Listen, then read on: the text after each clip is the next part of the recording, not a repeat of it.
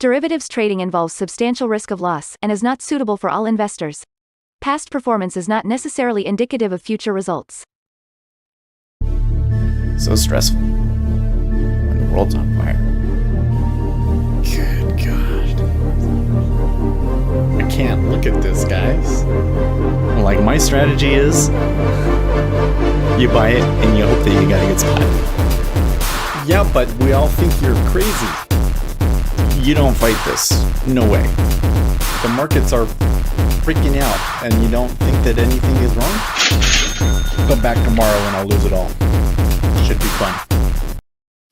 Good morning, everybody. Well, yesterday, interesting day yesterday. Let's come in and look at what happened, huh?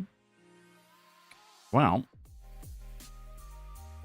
Treasuries just got absolutely savaged after the whole Donald Trump press conference, trade deal with Great Britain, etc. I should note that I'm hearing a lot of headlines that sound really hopeful about trade deals with China, including stories that they could reduce tariffs on China as early as next week. China is fudging all their data to prepare for negotiations, like it sounds like it is happening. And the market seems to be reading this as like a huge risk on signal. So here in the treasuries, it's a little bit like, okay, so this is the lowest that we've had since, well, I don't know, when would we say Liberation Day was? I really have to go back to February before we have like significantly lower levels down way back here, okay? Now here's the S&P 500. S&P 500 bought it up like crazy as well, but they didn't hold it. So that's a little bit interesting, but the market does seem to be suggesting that there is a less of a chance of an interest rate cut now. We can go and look at that in a second. Oh, by the way, in this move that we got in the treasuries. Oh, am I reading it wrong? No, this was the day before. This is yesterday. May 9th. Today is May 9th. Am I just not even getting today? We moved. I know we. Oh, wait. That's what happened. I'm like, I know we moved down. Okay, yeah, we moved down. What was I saying? Oh, the spread. We steepened a little bit. So that's not a good sign. If we had gone down and we had flattened, that would kind of make me think that they believe that the Federal Reserve is going to hold off and things. But it kind of seems to me like they're saying they're still going to cut, just not in June. Time. Coming over here to oil. Oil is kind of on the recovery. So oil also is kind of saying risk on, huh? Gold was hammered a little bit, but not too crazy. Copper really moved. Okay, so I think that a lot of this might be because of hopes about China and not as much about the UK trade deal, perhaps, because why would copper be moving up off of that? I'm not so sure. Here we got the 6J, a little bit of mean reversion this morning. And Bitcoin, somebody turned the money printer on over at Tether and they just plowed through here, and we are now at 103,000. The Bitcoiners were super happy yesterday. Where does that put us? Well, not quite to new highs yet, but pretty good looking trend. By the way, for comparison, here's the treasuries. So like I keep hearing people say that like, oh, the treasuries are gonna fall apart, etc. Like this decline right here really triggered a lot of people into this. I don't see it. I think that they're still very likely to normalize interest rates. Like, here's the thing. that I think is so funny is, okay, we're selling treasuries because we think inflation is going to go up because of tariffs. But then if Donald Trump makes deals and the tariffs aren't as large as we thought they were going to be a month ago, then shouldn't that mean that inflation is less of a concern a month ago and that it will be easier for the Federal Reserve to reduce interest rates and ergo the treasuries will move up? Right? So I continue to see this thing where you get these people that get into this trade, and it doesn't matter what happens in the trade, they always seem to think that it is favorable for them. And that is a sure sign that they have no effing clue what they're talking about. All right. You know what? I think I'm just triggered. By the way, you guys are there, right? We got people here. Uzi just hasn't popped in yet. He's probably giving his dog medication. Usually it's really the first one. Like on the subreddit last night, somebody was saying, "Oh, well, when the S&P 500 took off yesterday, I thought everybody was crazy, but then the treasuries sold, so that made me go, oh, okay, at least somebody's being rational here." And I'm like, "What? No, that's the classic risk on move, dude." It was just, I thought it was so funny. But they were all like, no, the correlation has changed now. Dude, the correlation changes like every fucking day. It really kind of grind my gears. There's all these jokers over on the bond subreddit now, yapping about bonds. Have no effing clue what they're talking about. All right. Well, do we have any major news coming out today other than the usual? Yes. Well, we get a ton of Fed speakers. Okay. Hasser is speaking on CNBC right now.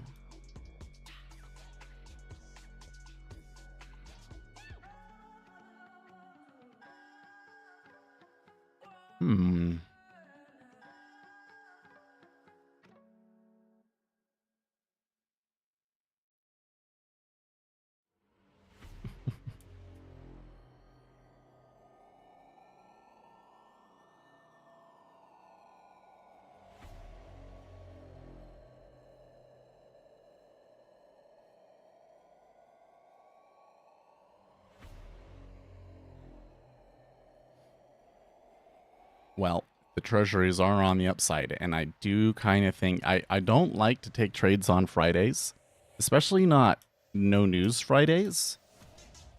My historical record on those days is not very good. I suppose I could take a sim trade.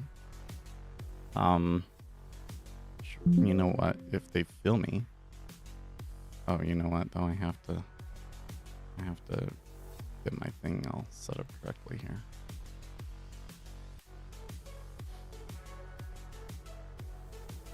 Why is the 30-year freeze on my dump? It looks fine to me. Over here, like the 30-year yields, there hasn't been any DOM activity over here for my DOM to recenter on. Kind of what has happened is people have decided there are some people that will trade the 2 and 10, and there's some people that will scalp the 10, but the rest of that curve is not used, which is unfortunate, but that the way it be. Okay. I am gonna try turning the robot on. I'm a little bit scared, but we got to do it. I'm worried that there's something in the data the past few days that is screwing it up. Okay, no, it was fine. It's fine. We're good. We're good.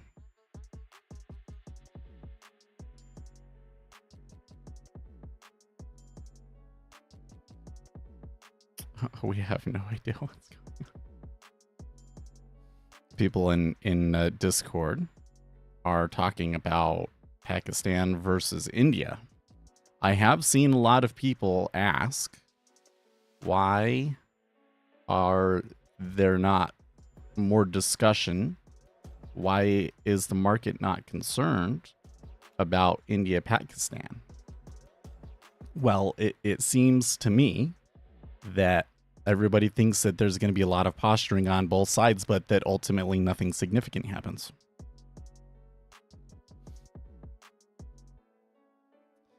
That assessment could prove to be disastrously wrong. So if future Seth is watching this, we apologize. But that's just what people seem to be saying right now.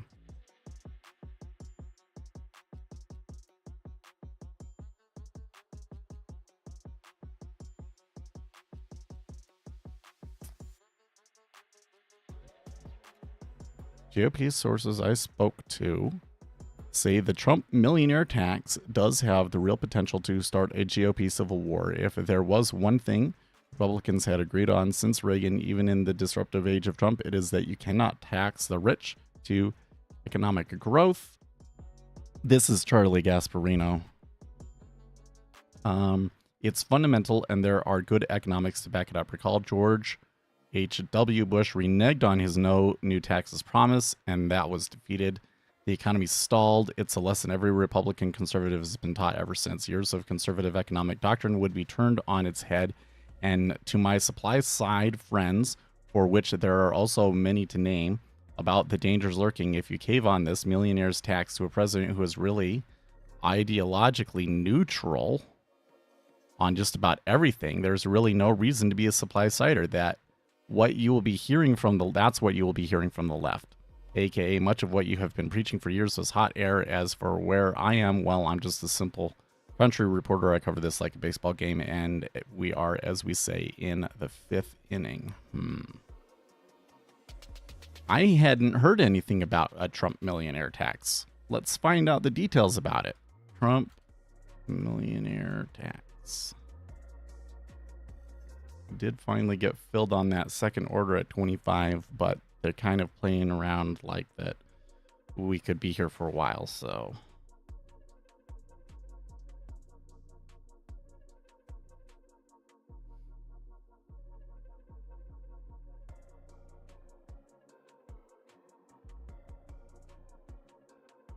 Let's read it from Axios. They usually have good 12 hours ago. Did this all happen in the past day then, huh? This all happened last night when I was binge.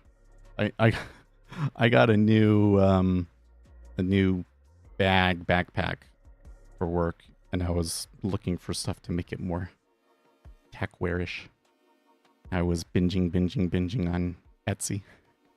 So I didn't read too much about politics. Let's see here. President Trump has been negotiating with himself on a millionaire's tax.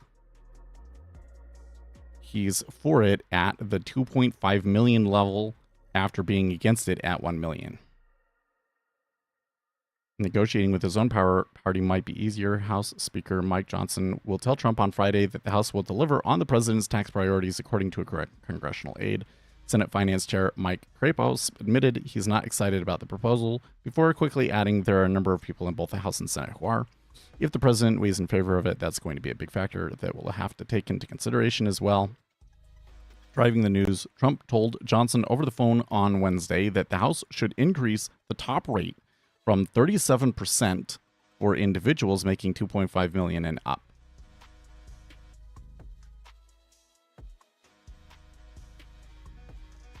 To what? Trump would also insist that carried interest be treated like regular income, which would amount to it should be. It should be. And that would pretty much absolutely decimate the private equity industry. If all of a sudden you had to pay taxes on your carried interest, a lot of those momentum strategies would be less profitable. and it would be less profitable to run a fund. Is that a good thing, a bad thing? I don't know. Just as Trump is calling for higher taxes on the wealthy, blue state Republicans are demanding that Trump lower them by increasing the SALT cap. New York Republicans are rejecting lifting that cap from 10,000 to 30,000. Some lawmakers want to go as high as 62,000.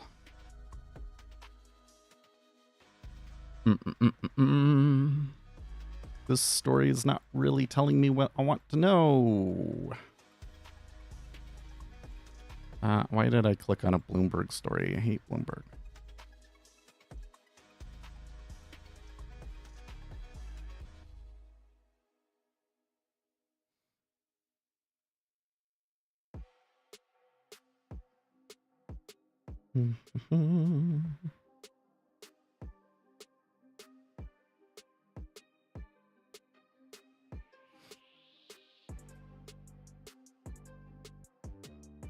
Okay.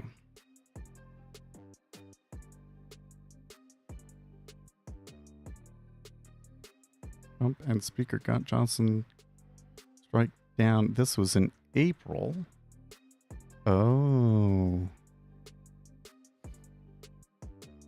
The tax rate on the highest earners is set to automatically increase from 37% to 39.6% at the end of this year when majority portions of Trump tax cuts from 2017 expire. It's really interesting to see just how the inside bid and asks are moving in the YK. The YK, I've never looked at that.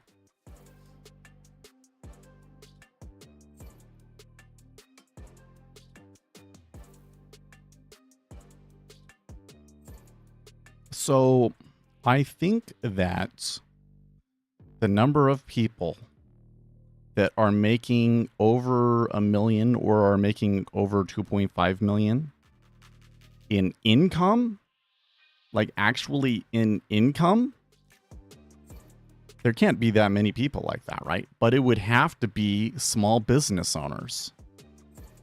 So I do kind of wonder if letting that go to 39.6 would be bad.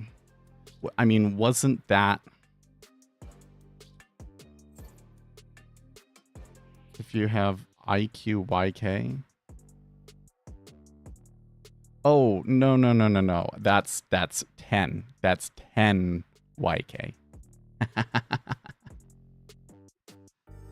Oh, that's so funny, Ann Steffa. It's the 10 year, and K is May. It's the May 10-year contract. I gotta do a better job memorizing the month codes. Right? January is G, right? It goes G, February H, March is oh no. It's FGH. J. No. Yeah, is April J, K. June is like M. July is N, I think. Do we have a July one up yet? No, we don't. But June is M, MN. And then I think it skips to like R. Or something like that. Yeah, you know what? The font isn't perfect. Actually, if it was bigger, you would probably... No, that doesn't do anything.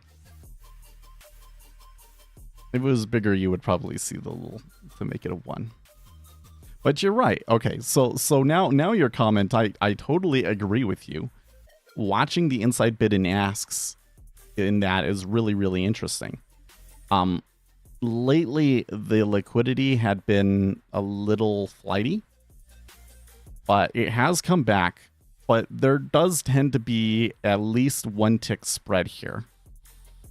And basically what's happening is the major robots, seems to be one robot that is putting about 50 contracts at each place. This is so funny. I'm kind of guesstimating, but there's so few participants in the micro treasury yield futures that you can kind of guesstimate. It looks like that there is one major robot that is placing 50 contracts at most prices, right? They only place them like the first 1, 2, 3, 4, 5, 6, 6-ish prices, right? So there's a 50 lots. Then there's somebody that's willing to put up to 250 contracts on top of that. But that robot is only willing to do it on one side sometimes. Okay, right there he has it on both sides, right? There's the 205 and then there's the 150. So, but sometimes he just completely pulls them. Do you see that? Okay. And then there's these guys inside of that, which are probably guys just like me, and maybe they have robots running co-located. And they're willing to take that inside spread. So this guy that's like, wow, 400. This guy is probably somebody that has data on broker tech to see like what the actual cash yield is. Or has some way. Well, I take that back, because that would only give you a 10-tick spread. So I'm not quite sure. We've never figured out how they're getting it smaller than that, right? If someone spoofed there, how it would react? Probably not actually as dramatically as these would, because when you come over here and you put, okay, so let's talk about that. One of the things in order flow that is a particularly strong signal is if there is a strong imbalance between the amount of bids on the best bid and offers on the best offer. So if we have like 3,000 contracts on the best bid and less than 500 contracts on the offer, the chances that we are going to tick up is exceptionally high. So when that happens, there's all these robots out there that are going to hit it with market orders trying to catch the edge. And what you can do is you can add 1,000 contracts on here or whatever to kind of create that imbalance, and then all of those robots start hitting it, right? So if you spoof there, that's why you get that, is it's all those robots trying to catch the edge. But down here, how many robots are there actually out there trying to catch the edge? I'm not actually sure how many there are, if there are any of them. So I don't see that same kind of behavior over here. Something that does happen is there's kind of this little dance where, like, the 10-year treasury might be holding, but this is going to kind of move in a, can move as much as 5 ticks either way. So a 10-tick range.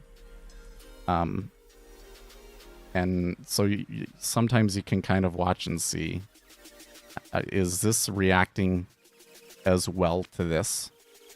Sometimes this will tick and this doesn't, and this is late, and you can kind of trade it as it lags. But sometimes it's late because it's actually following the 30-year more than the 10-year. It's just, there's so many complex interactions, and there's little points where you can kind of see what's going on, because it's, much less activity in the 10-year.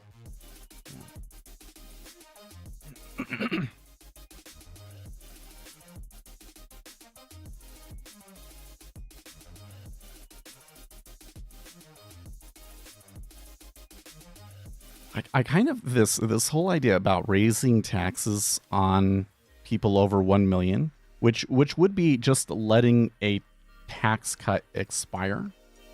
It does seem to me that a lot of the positive, like when Donald Trump enacted his tax agenda way back when, the market really rallied and stuff.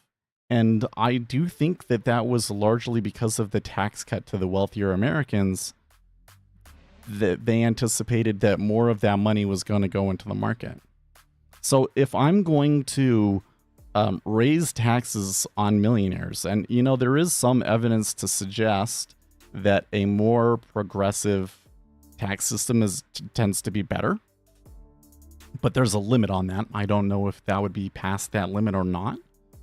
But I do kind of think that it might be a drag on the markets unless you made a change somewhere else.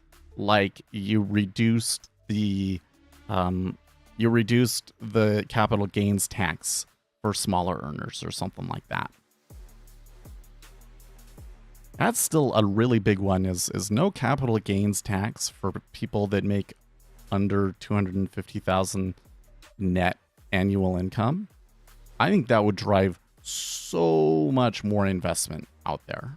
Because one of the things that I think really, really kind of kills people's enthusiasm for things is they go in and they're like, I'm going to go and invest in stocks and I'm going to get into this stock and I'm going to make 10% this year. So I put $100 in and then I'm going to make $10. But then the government is going to take like 2 of those dollars. So I only make 8.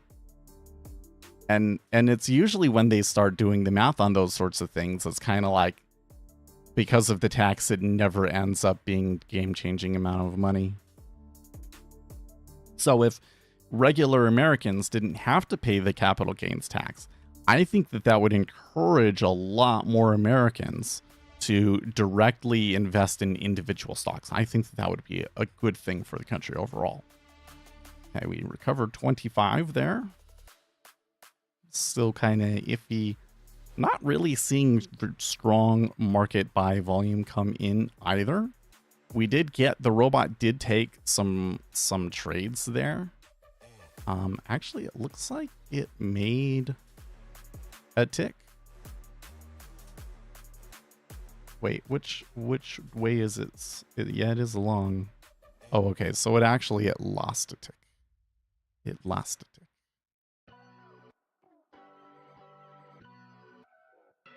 Oh, those were before we enabled the algorithms, so it never actually got into a position. But it does say that it is long right now. And interestingly enough, here on this market order imbalance indicator, we got that it was long and that we're staying long, even though the cumulative delta is kind of I do feel this one, I don't know why this bigger one gets screwed up.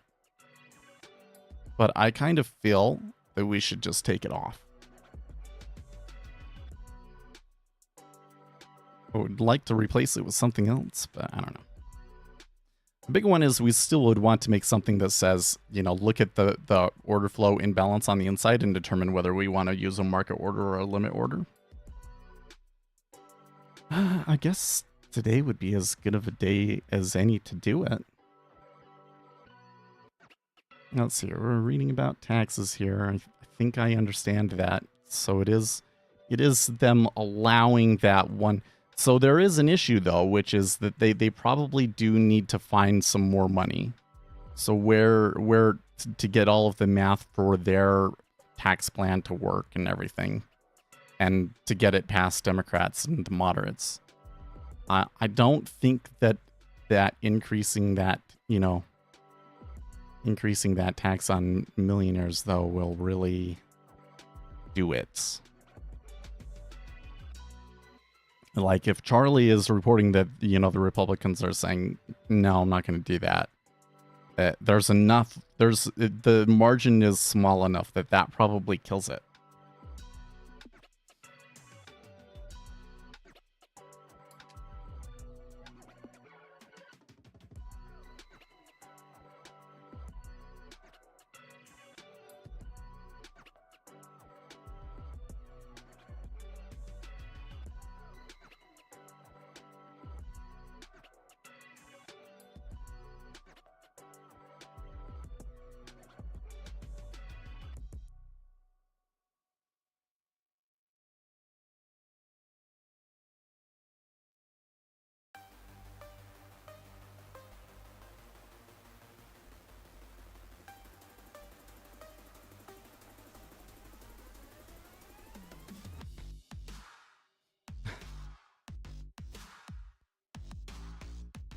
I don't have a clue what I'm doing. It must be imposter syndrome. Nope, just incompetence. Nope, it's definitely imposter syndrome.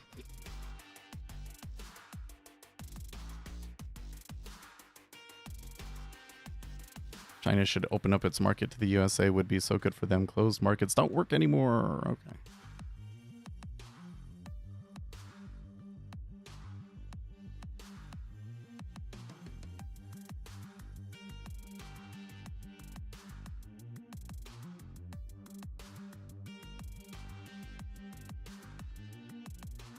Oh, I got my other side filled here, huh?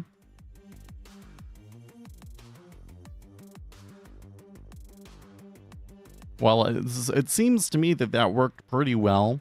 It did go further against me than I would have liked. I think that I'm gonna read that as just randomness, but you know, that was a strategy that's gonna work well in the randomness. So I think we're doing okay. And I do think we have some opportunity for to do it again and to make some, and maybe we make a push back to 111. But that would probably be the more fantastical scenario here. Like the activity I'm seeing in the DOM does suggest that we're going to be somewhat range bound.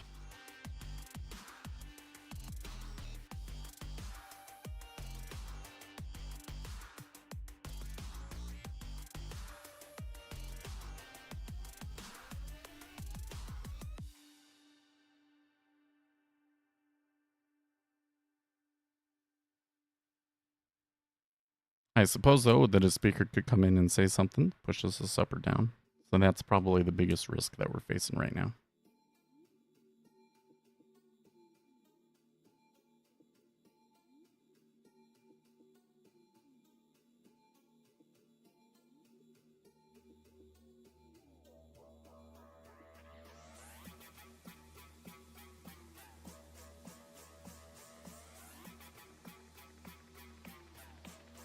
So, one situation that we're in right now that I think is important, is really useful for you guys to note, and is not something that I notice very often. Probably it happens more often than I notice, but now is kind of like a really good situation for it. Is we haven't had a big move here, so we're in a neutral market condition where the market makers are willing to put up liquidity and this and that, right? So when you look on the inside, they're willing to, both sides are willing to put up a decent amount. And that is kind of interesting. If somebody wanted to, the reason why I think it's important to note this market condition is like if there was a large meta order out there that wanted to execute, like the conditions are perfect for them to do it, but they're not doing it, are they? Because there probably isn't any large meta order out there right now.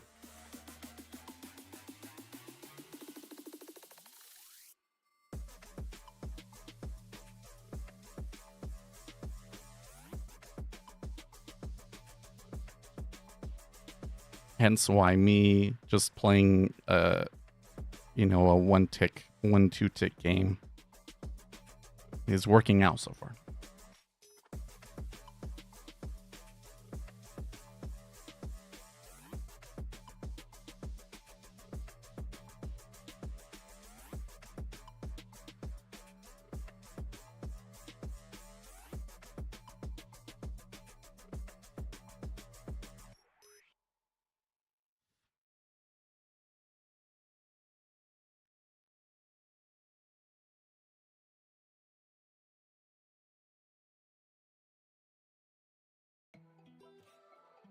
I didn't see that Donald Trump tweeted an 80% tariff on China seems right, signaling a potential drop from the current 145%.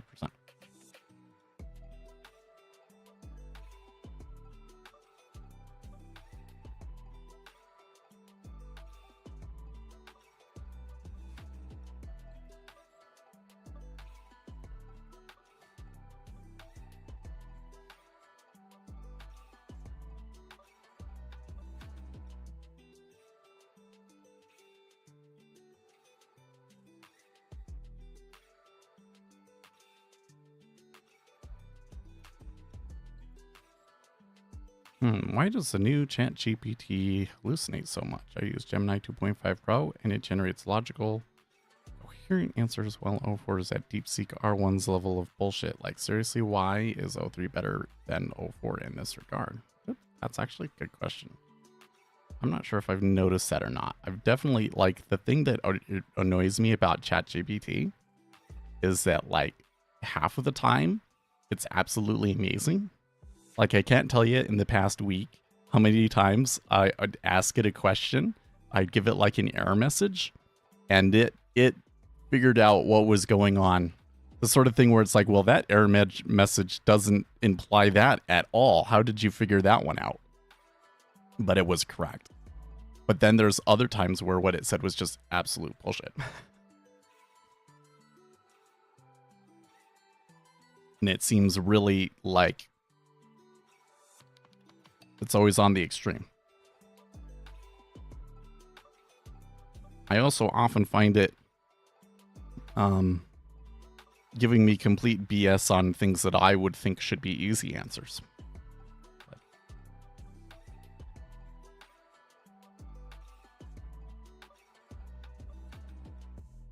Oh, it's because you're using O4 Mini. So wait, when I'm using ChatGPT, which model am I using?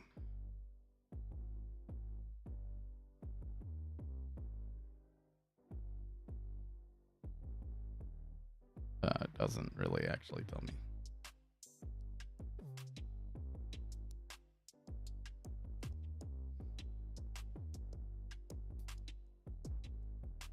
I wonder, I haven't even tried the use voice mode. Hello?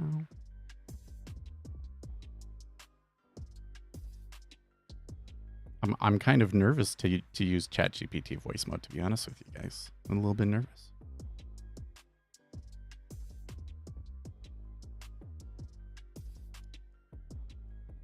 And feel free to ask anything you like. I'm here to help. Okay, so am I using the advanced chat mode?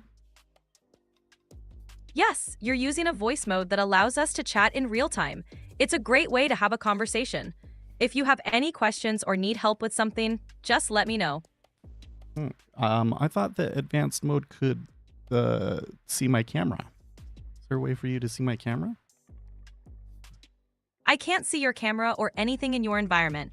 I'm here to chat and help with any questions or information you need. If there's anything you'd like to talk about, feel free to ask. Okay, well, so we're trading right now, and you're actually on stream. It's the way now to expect it to hold on 1 second. TV. Is there any information that you can scrape out there specific to today that you think could help predict orders in 10-year Treasury futures? She's thinking.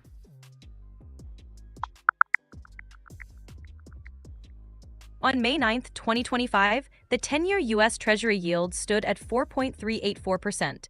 This might influence order flows in the Treasury futures market. If there are any significant economic releases or news affecting interest rates or inflation expectations, those could also impact trading decisions. Let me know if you'd like more details on any specific aspect. Are there any flows that you can think of that might be regular flows that happen every month or every week? Yes, there are some regular flows in the Treasury futures market that traders often watch. 1. Economic data releases. Key reports like employment data, CPI, and GDP can lead to increased trading activity. 2. Monthly Treasury auctions. The U.S. Treasury regularly auctions debt, and these auctions can impact the Treasury futures market, especially if there's a higher or lower demand than expected. 3. Quarterly rebalancing. At the end of each quarter, institutional investors may rebalance their portfolios, which can lead to increased flows in certain asset classes. 4. Month-end and year-end effects. Some funds adjust their positions at month-end or year-end, which can also create noticeable flows. These regular flows can sometimes provide clues about potential market movements. So, how might I predict what kind of rebalancing will happen at the end of the week if the 10-year treasuries are down on the week? To anticipate potential rebalancing flows at the end of the week, consider these factors. 1. Institutional strategies. Institutions may rebalance based on their target allocations. If treasuries are down, they might buy then to maintain their portfolio balance. 2. End-of-month adjustments. If the end of the month coincides with a downward trend in treasuries, funds might rebalance by buying more to align with their investment goals. 3. Market sentiment. If there's negative sentiment, some investors might sell off other assets to buy treasuries as a safe haven, affecting flows. 4. Positioning reports. Look at CFTC reports or other institutional positioning data to see how players are positioned. By combining these insights, you can make more informed predictions about potential rebalancing activities. Okay. Well, I am long right now, and we are seeing a little bit of flow coming in long, but so far it hasn't really been too significant, so I think we should just wait. In the meantime, is there anything that you would like to talk about, ChatGPT, with the YouTube chat here? That sounds like a good plan. While you monitor the market, feel free to share any insights or questions you have with your YouTube chat. If there's anything specific you want to discuss, or if you need any help, just let me know. I'm here to assist. Okay, well, I'm just saying that was not as good as, I don't think that that's actually the advanced one, because that is not as good as the video I remember watching. You remember watching that video where they had the chat with it, and it was like a really expressive voice and everything? I don't think I was getting that. I think I was just getting regular ChatGPT with voice. Is that GK says yes? So what does the difference of the advanced mode? How would I know that I'm in advanced mode?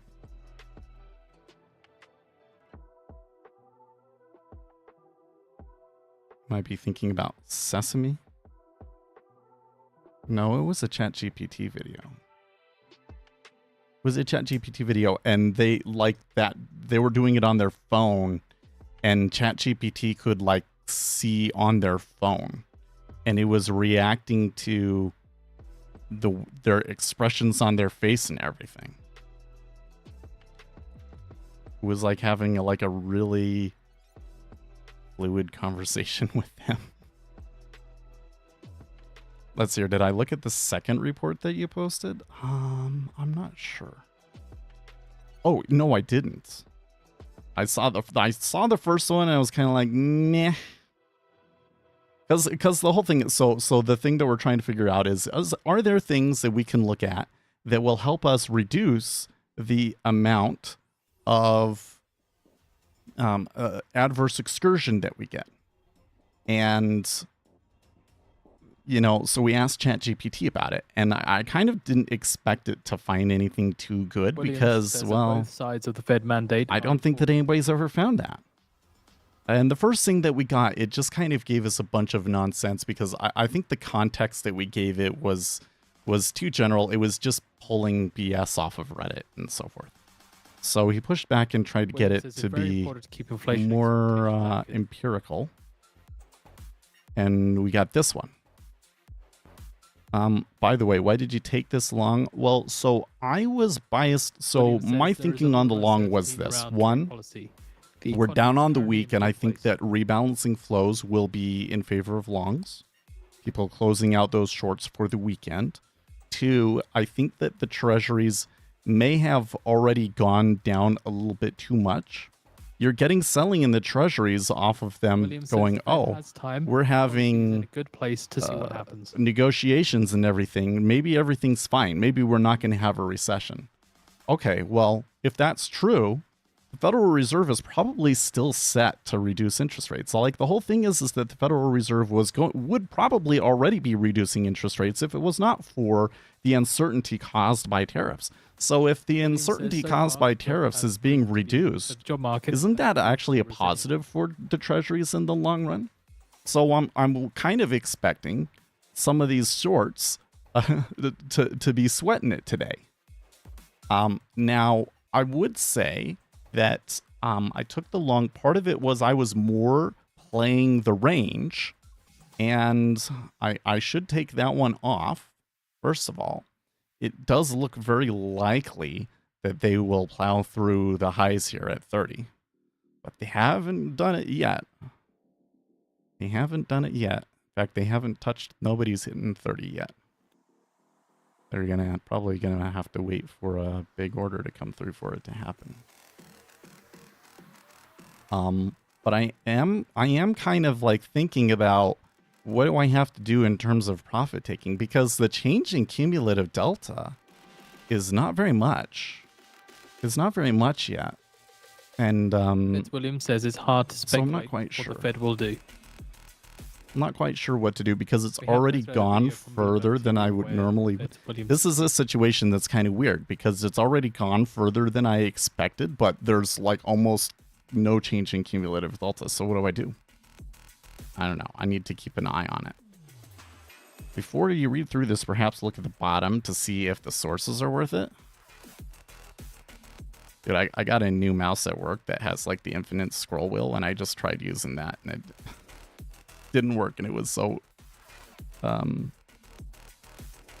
disappointing.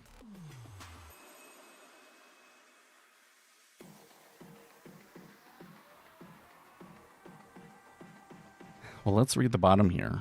From these studies, a few consistent insights emerge. Risk reduction versus return. Stop losses are primarily a risk management tools. Many studies found little to no average return gain from stops alone, but found a meaningful reduction in volatility or drawdown.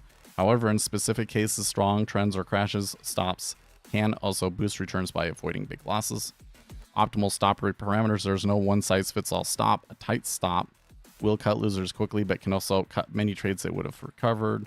Looser stop reduces false alarm, but allows deeper drawdowns. The optimal setting depends on the strategy's nature and market regime. Empirically, moderate stops, 5 to 15% for daily moves in equities, or in intraday futures, perhaps a 0.5 to 0.21% move, often emerged as good compromises. I like a 1% stop would be massive. Okay, whatever. The Aratia and Dorador study favoring a fixed percentage stops aligns with practitioners often using a fixed tick or percent threshold in futures. They did trade 30, but they didn't Williams really says push the details of tariffs Williams matter is to still speaking. understanding the economic impact. Trailing and dynamic stops. Trailing stops tend to lock in profits and are particularly useful when a trade is moved in the trader's favor significantly. They were less studied academically, but Clement work suggests they help in volatile markets by not letting a winning trade turn into a large loser. Adding trade policies. The complexity of adding re-entry rules or dynamic adjustment means these can overfit. Thus, simpler rules are sometimes performed just as well or better. No stop versus... a stop loss versus no stop loss. Trade-offs. An interesting observation by Clarital was that checking the stop strategy less frequently outperformed a higher frequency approach. Essentially, overtrading can damage your wealth. For intraday traders, this could translate to not overreacting to every tick, e.g. using time-based evaluation or combining stops with short timeouts. This notion resonates with the need to filter noise. Psychological and market impact aspects. While not the focus of these papers, it is worth noting the widespread use of stop-loss orders in futures can itself impact market dynamics, e.g. cascade effects when many stops trigger around the same level. Some agent-based simulators show that stop losses can stabilize markets in normal times, but may contribute to liquidity crises if they trigger en masse. Traders designing stop policies often stagger or hide stops to avoid. He notes that there was some front-loading ahead of tariffs. So, by the way, we are in a situation where I kind of think that the so two things. One is that you're probably going to see a lot of take profit orders before that 111 even, and some stop losses after 111 even. So the round number effect is probably one of the most significant technical aspects that we can actually show. Places where you can predict where stops will be because we're around that 111. Okay. That does mean, by the way, that this liquidity ahead of it, there's 3,000 contracts at each of those levels. We're probably going to have to fill them.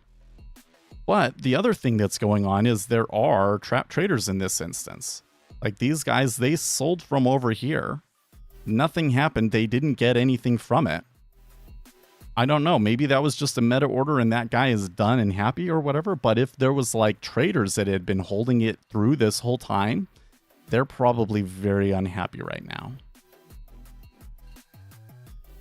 Also, our like what we call William it says monetary policy is moderate. the stop out line is at 01. So if I were to get 111.00 half, I should take it.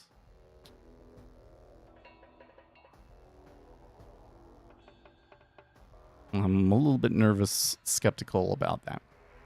Now, I have wondered, is this like a case where like a trailing stop would really be useful?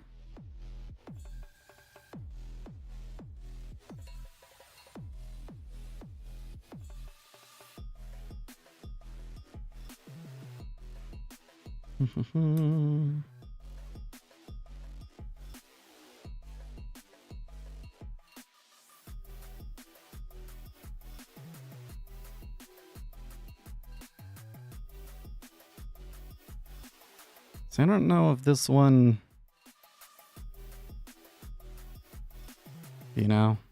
is really telling me short-term order flow signals and adverse excursion mitigation in equity index futures. They just turned into how to reduce risk and not actually a signal that would reduce adverse excursion.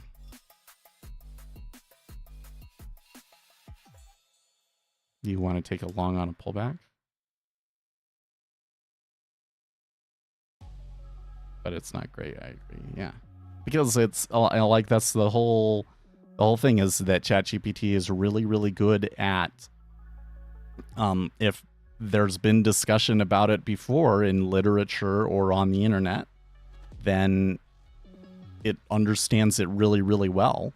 But if it's trying to make something new, it seems to be really bad at it. And I think one of the reasons why some people are so impressed with ChatGPT is because they've never really read any serious literature. Like, they read stuff on Facebook, they read things on Reddit, but they don't read books, they don't read empirical studies, things like that. And so when it starts pulling out that knowledge, it's like really like, oh, wow. When the reality is you could have been experiencing that knowledge the whole time. You just don't read studies. You're telling me ICT is wrong? So, dude, I saw it yesterday on... there is an ICT subreddit or something like that, like an unofficial ICT subreddit. And... somebody was like, let's empirically test it. and the testing that he did was like really moronic, to be honest with you, because it was like, are we more likely to go up or down after 10 o'clock in this? Like, it was such a specific situation and a small data set that I was kind of like, okay. But like, the thing that was funny about it was that he was all gung-ho, like, guys, if this is so good, we can totally do quant stuff with this and just automate it. Like, I know it's hard, but like, it's really advanced. And like, everybody else was like poo-pooing it, like, nah, it's too complicated. No. And it was just so funny to me because I was like, you know what, though, if you actually knew what you're doing and you really made a good back test, you'd see that it doesn't work.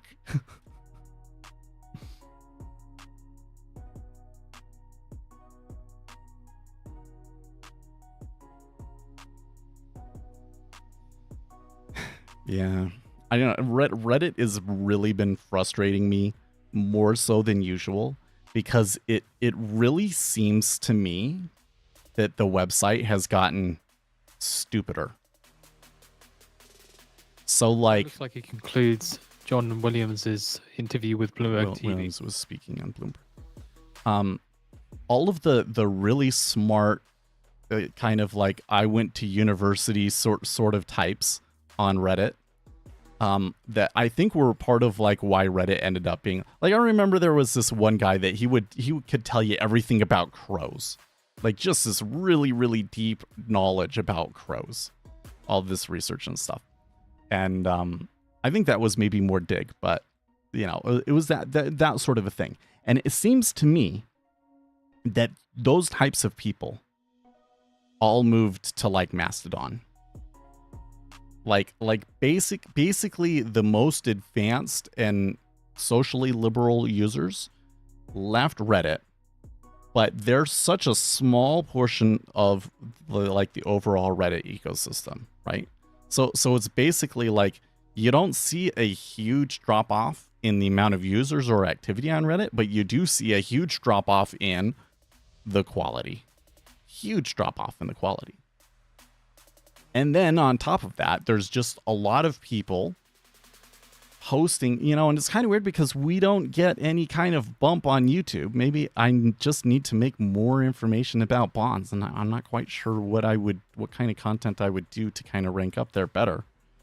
But it seems like there's a lot of people interested in bonds that have no clue what they're doing.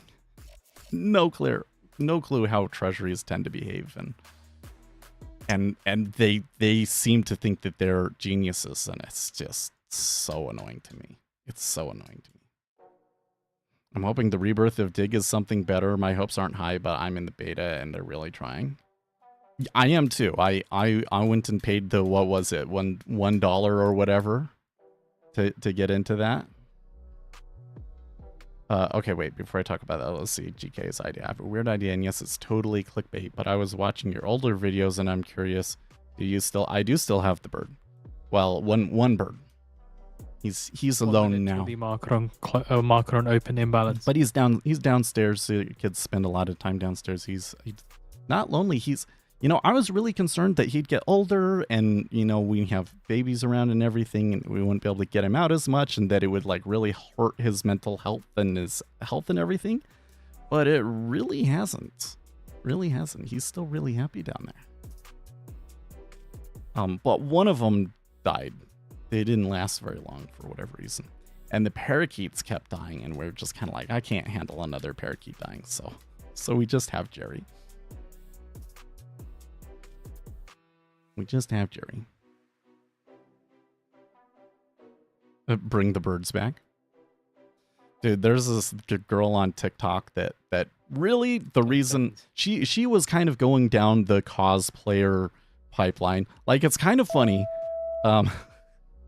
For this girl in particular, I think it's kind of funny because like, I think that she is one of the like classically a gamer type of girls. Right, like she's not playing like Counter-Strike or anything like that, but she seems like she is a genuine female nerd, whatever, because you can tell when like the cosplays, which ones she chooses and the effort that she puts into them is different, and she's able to talk about the games and she makes memes about the games and things like that, right?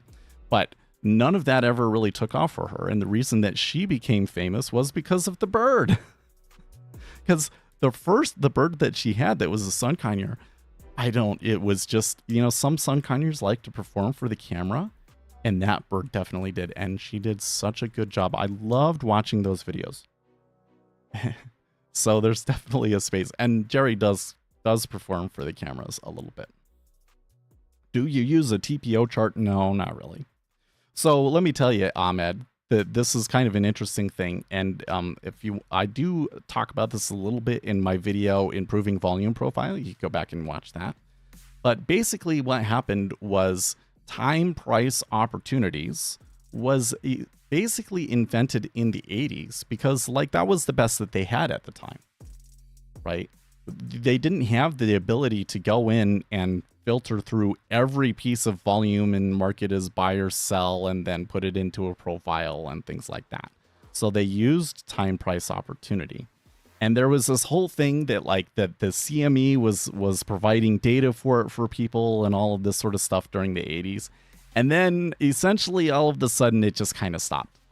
So it was like a trend then, and then the professional community lost interest in it. Then later on, volume profile came along, right? Well, now kind of gets interesting when you start comparing volume profile to TPOs, because there will be some slight differences. Situations where it stayed in one place for a really long time, but wasn't as much volume there, relatively speaking, or vice versa, place where it wasn't there for very long, but there was a ton of volume there. So looking at where the differences are can kind of be interesting. But it's been a long time. Has it been a long time? I guess it has been a month or two. What have you been up to?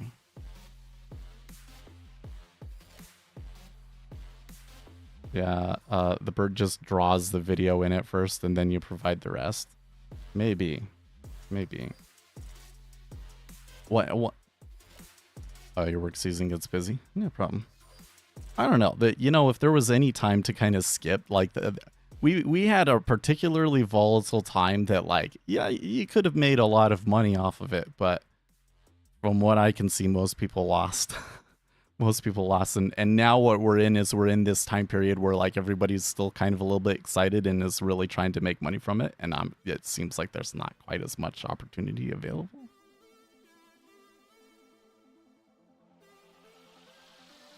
I'd prompted GPT to siphon out the signals in the previous report. Let's look.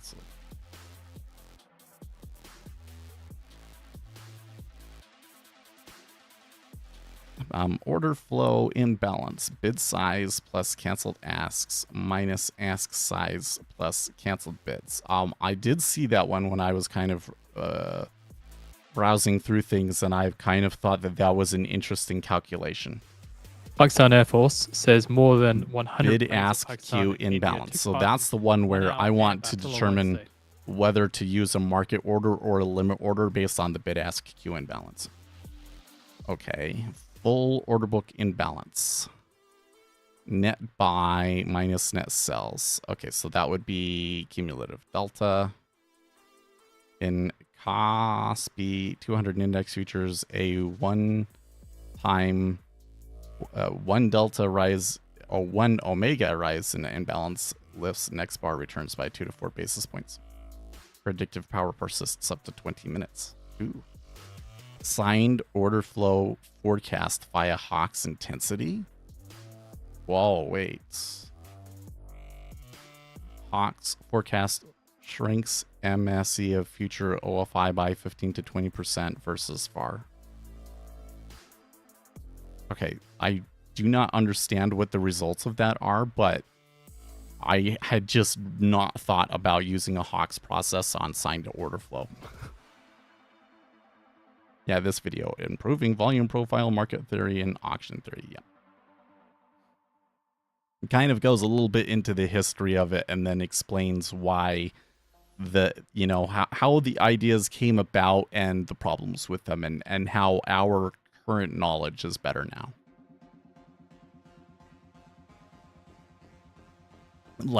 Like more broadly, I would be really skeptical of anybody out there that's specifically teaching you about TPOs, because that kind of suggests to me that they have not evolved with the market. Cross asset stock imbalance. During stress periods, negative stock imbalance widens ES SPY basis. Futures drift toward fair value until the imbalance subsides. Well, that's interesting. VPIN. So this one, volume synchronized pin, is I kind of think not useful. Flow toxicity metric computed over equal volume buckets. High VPIN quartile precedes volatility jumps and price breaks. RROC equals 0.7 for flash event prediction in E-mini and other top 5 futures. So the reason I don't like VPIN is because VPIN is essentially a cope for when you don't have order flow. But when we have order flow and we can sign orders, you should just use cumulative delta as opposed to VPIN. VPIN was made for researchers where they have data sets that don't provide that information. So that one's not as practical for retail traders.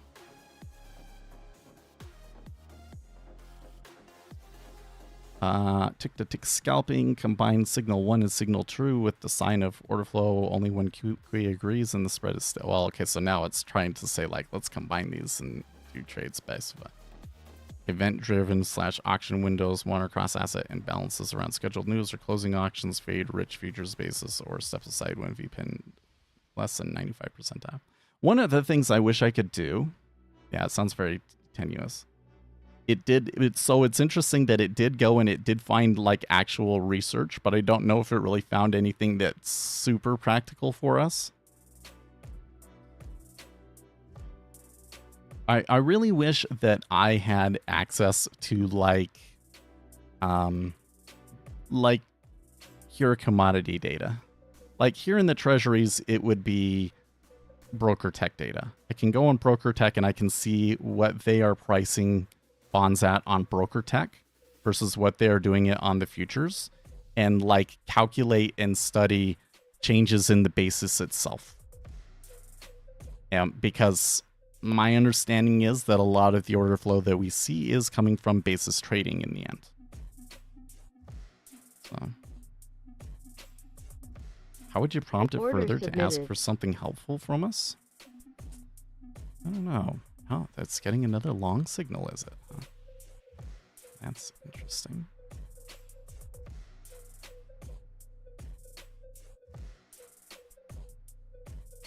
I have to rewind and see what you just said. That went over my head. What was I just talking about? I completely lost my train of thought. Oh, okay. So there's something called shorting the basis. So what tends to happen is you have a commodity, prices up fast, and let's say the commodity is trading like this, right? Rising flows to LNG export. The price of the future tends to be higher than the price of the straight commodity. Okay, and as things go along, they slowly come together until the expiration day. They are equal to each other. So what you do is you buy the actual commodity, like you buy an actual $100,000 treasury bill, and then you come into the futures and you sell the futures. And you're making this, and you just have to be able to hold it until the expiration and deliver the good. Okay? So, a couple of advantages to this. One is, there's this whole thing that, like, if I come in and I buy a ton of something and then I sell a ton of something, it's like a net loss and whatever. But here in this situation, like I'm selling the future or whatever, I don't really have to exit my trade and worry about the impact of my exit, because I'm just going to deliver it. Basically, I've already made my exit in the other instrument. Problem is, I don't have any data source that gives me this. Yeah, but what if the value of the future jumps like sky high? Yes. So what will happen is sometimes this will go like this, and like the spread itself can actually widen briefly. And if you don't have enough margin, you get stopped out and you lose massive amounts of money. So just a reminder of Trump's schedule. It is kind of a high risk strategy sort of thing, which is to say you're making a tiny amount when it works, and when it doesn't work, you basically blow up. Well, you don't blow up. They've gotten good enough at this trade that they're able to handle the loss most of the time. But what data source? In most cases, I'm not even sure. Like if I'm trading oil, where's the cash oil market? How would I trade the basis on an oil?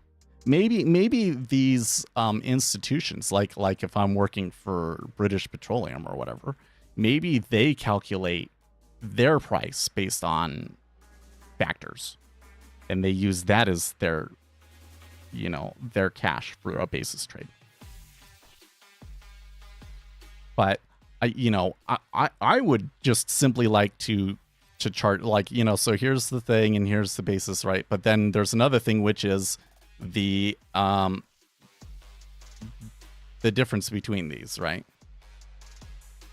I want to see it. It goes like this, and then every once in a while, maybe there's a spike like that. And how long does that last? And like, I think that you could do a lot of study on that, but I don't have any kind of data source whatsoever that would allow me to do that.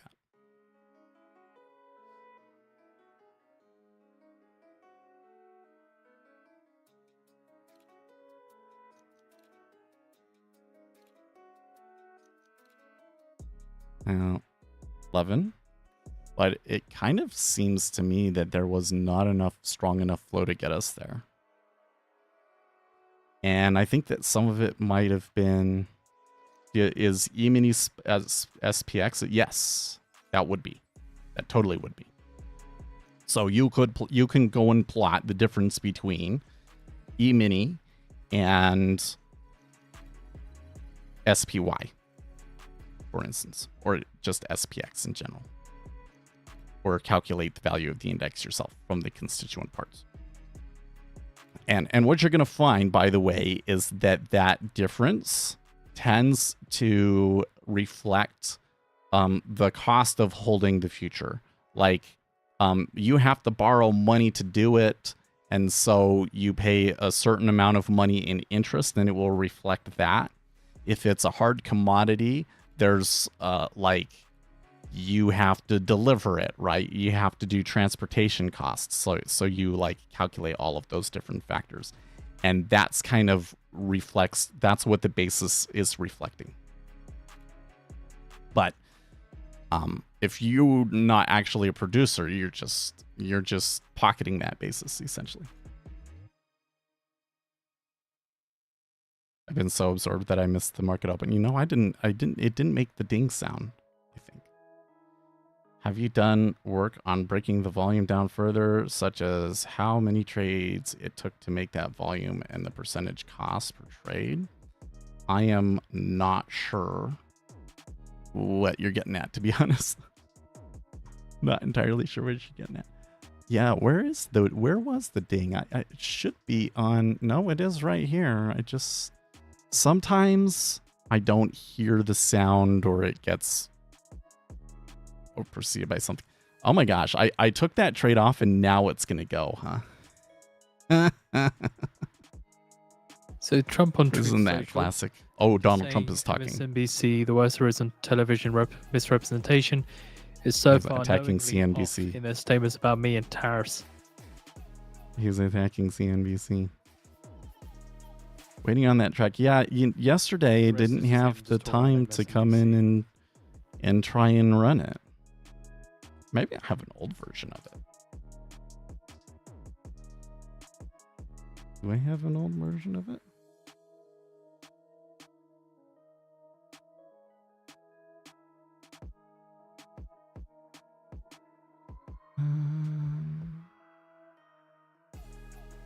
I do.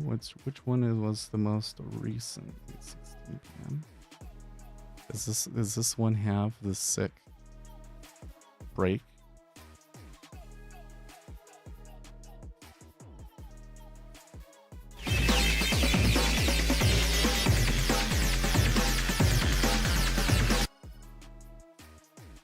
Oh, do I have the thing open? No.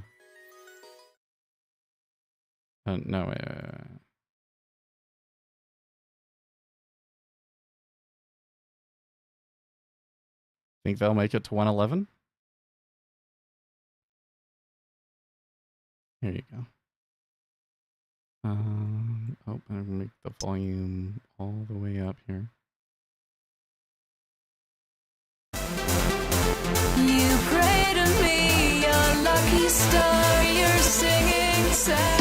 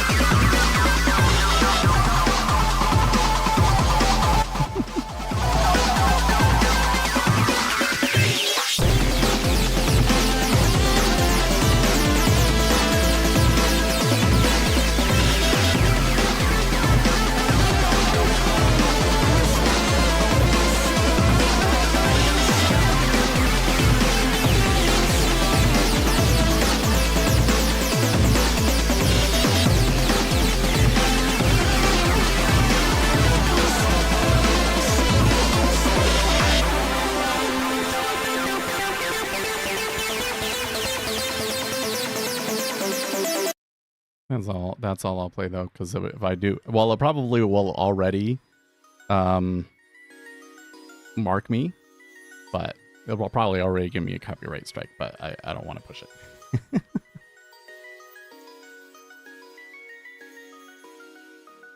I was expecting this to be less than good, and you've impressed. Yeah.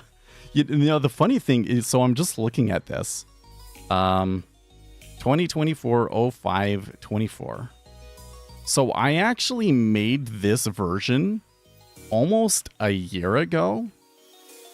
And I remember that breakdown part being like a really recent change. So I'm surprised that it's almost been a year. And when I was listening to it, it was like it sounded wrong. Like, I'm pretty sure that I fixed a couple of problems in there, and that the latest version sounds a little bit more full and stuff. So, for what it's worth. I'm kind of wondering about that thing. Sometimes I will get this thing where it's like, I really feel like that there's somebody fighting me in the market. You know, like maybe I get into a trade and then they always try and come in and take a bigger trade against me. And in that instance, you know, they ate that whole loss. And maybe it was that me getting out was like, okay, I guess it didn't work. And then that little bump higher was them getting out or something like that. So it was just really, really odd how, like, literally as soon as I got out, because I feel like that my exit was a little bit random. It was based more on the time than anything. That, you know, just kind of me feeling like it's been an hour. So, you know, this should have gone further and it didn't. I don't know if I'm going to get 111. And then immediately afterwards, it's up 4 ticks. Like, what? After acts that I never released from 5 years ago, and I'm like, one day. Yeah, you know what? I think one of my problems is like, I think that your taste almost always tends to be further ahead than your actual ability. We're expected to hear from Fed schools. But giving remarks. I think at this point, the Fed listens event. I have pretty decent ability too, but not necessarily time. So not expecting anything from him at all, really. So there's some of these tracks that 10 a.m. Eastern time. If I was able to just like focus down and finish them off, that I could get a really good finished master and everything, and I just haven't, you know. Other times there's other ones though, like I have this one track where I really think that like the melodies and the sounds and everything in it are really, really good. I love it so much. But the drums just don't do it for me. And I keep trying to fix the drums and it's just not coming, you know? Don't forget enough bass to bring the house down. One of the struggles is trying to sort out what the appropriate level for bass is, because I have to try and find this balance between the bass being as dominant as I want it to be without it making all of the other elements have no bite.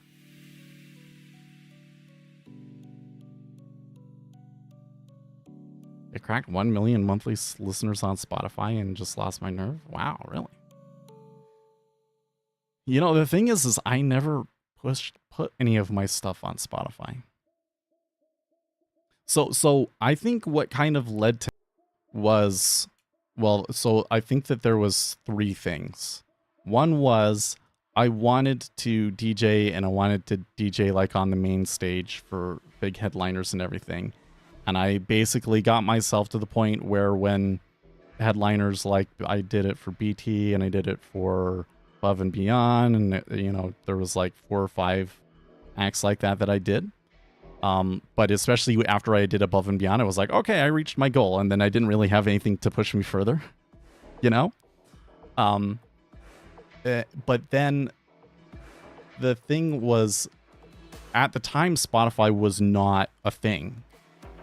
And pretty much everything was being posted on SoundCloud. Everything was on SoundCloud.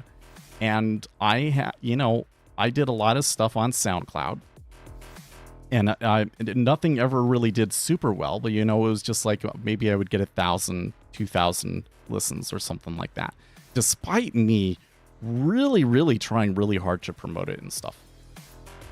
And even like starting a Facebook page and things like that. So when and then what would happen is like one of like a remix or something like that would do well. And then that was when all of a sudden SoundCloud started doing the BS. Like, okay, well, we're going to take this one down. We'll take this one down, but we don't take this one down, and yada yada. Like, it just so pissed me off that it was like, anytime that I have any little bit of success and then the platform comes in and takes it away from me, what's with that? I feel like that with a lot of things. And then the third thing was that part of the promotion was using a Facebook group. And when Facebook crashed out, essentially, everybody moved over to Instagram. And it completely changed our ecosystem in a way that I think was not as good. Like, the parties were not as good after Facebook basically died and everybody moved to Instagram. And then, but that was all too. And then the thing number 3 was when I got divorced. When I got divorced, I was like, okay, well, now I have to spend more time dating people. I, had the whole system where I would get on Tinder and I'd swipe until I had my week full or whatever and dated. And that was a lot of time. And, then after I got married, I started day trading was kind of a little bit after that. It's kind of between when I got divorced, and then I stopped working at Goldman Sachs, and then I started day trading, right? Or I got divorced, then I met my current wife, and then I stopped working at Goldman Sachs, and then I started day trading, right? And then that was really the final nail in the coffin, because I didn't want to wake up. Be speaking at a Fed's Lessons event. I couldn't stay up until 2 or 3 o'clock at night every weekend anymore. Because that's what I used to do. Is I would on every Friday and Saturday I was there till like 3 o'clock, trying to promote and stuff, right? But it was even earlier than that, like during the dating period, where I kind of realized like, okay, well I do like these people and everything, but they are not helping me with any of my goals right now. So I need to completely re-gear my life in towards the goals that I have. So that's what I did. And that was kind of the thing that killed it. Like, I still produce pretty regularly. Like, if I really have free time and I just want to do something idle, the games are not interesting anymore. Nobody makes any good games. All of the kind of games that I like, they've killed. And so I just produce, and that's like the one thing that they can't steal from me, So, but I stopped being a tryhard.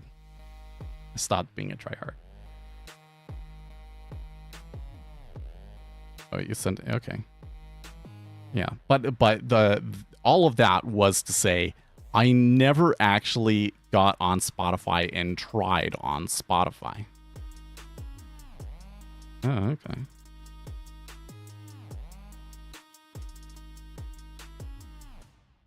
Interesting. So was it this remix of a popular mainstream band that was the one that kind of got you to take off a little bit?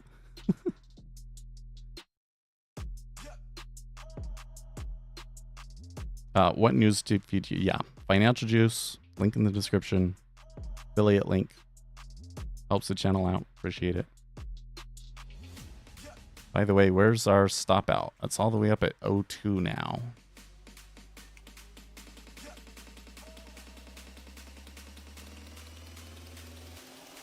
It was a bootleg remix of... Oh, yeah, okay.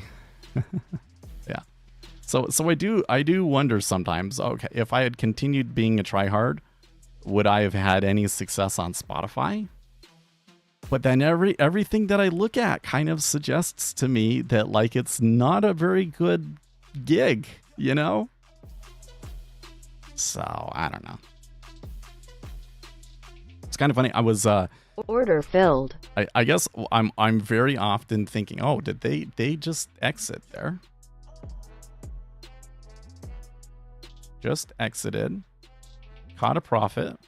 Very good. This is kind of interesting that this was a day where it was really tight, but the algorithms still did well, because this is a kind of action that I would maybe expect it to struggle with a little bit. If I had started it with here, it really would have made a lot, but it even made some on that. That's really cool. It's not a good gig, says GK. So, my current gig is site reliability engineering. At the new job, I have spent the past, how long has it been? 3 weeks now? It's been 3 weeks, I think.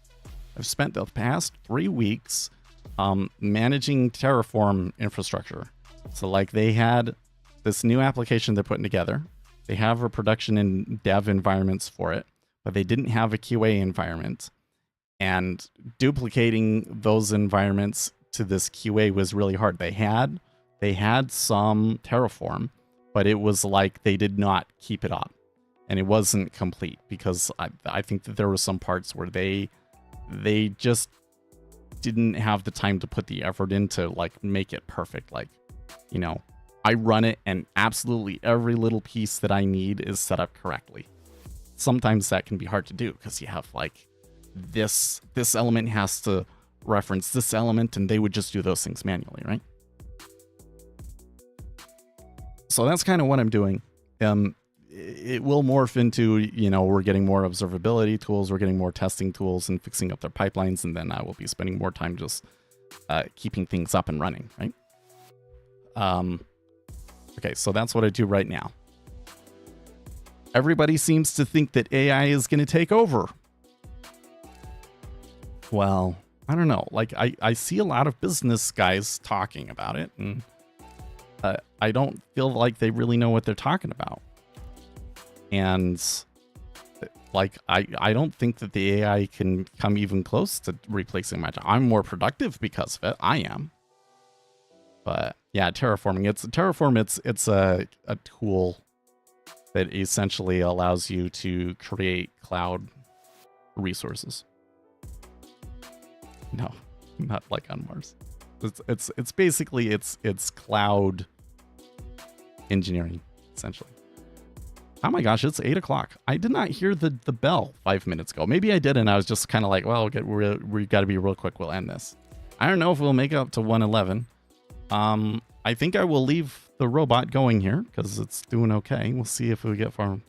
Yeah, the bell you just didn't hear. I know, I'm just not paying attention. But it is time for me to get going, so I'm going to get going. I will see you guys on Monday. We'll see what the weekend brings. I might have a better weekend. This last weekend was terrible. This weekend, maybe I can get something done. My editor keeps pestering me. He's like, when's the next video? When's the next video?